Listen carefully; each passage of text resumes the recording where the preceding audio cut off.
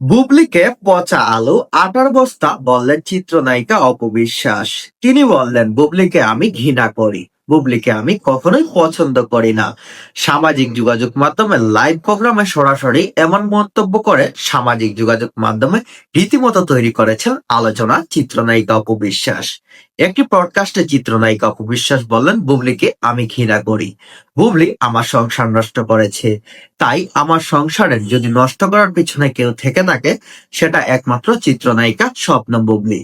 অপরদিকে চিত্রনায়িকা স্বপ্ন বুবলি তিনি দাবি করছেন, সাকিবের সাথে যখন তার বিয়ে হয়, যখন তিনি সম্পর্কে জড়িয়ে পড়েন, তখন নাকি তিনি জানতেনই না অপবিশ্বাসের সাথে সাকিব খানের এতদিনের সম্পর্ক ছিল, এমনকি তাদের একটা বাচ্চাও আছে। বুবলি দাবি করছেন, যখন তিনি সাকিব খানকে বিয়ে করেন তখন অপবিশ্বাস এবং সাকিবের মধ্যে ডিভোর্স হয়ে গেছিল। তিনি কেন অপবিশ্বাসের সংসার ভাঙেন? আর অপবিশ্বাস কেনই বা দাবি করছেন যে বুবলির কারণে, আমার কারণে সংসার ভেঙেছে?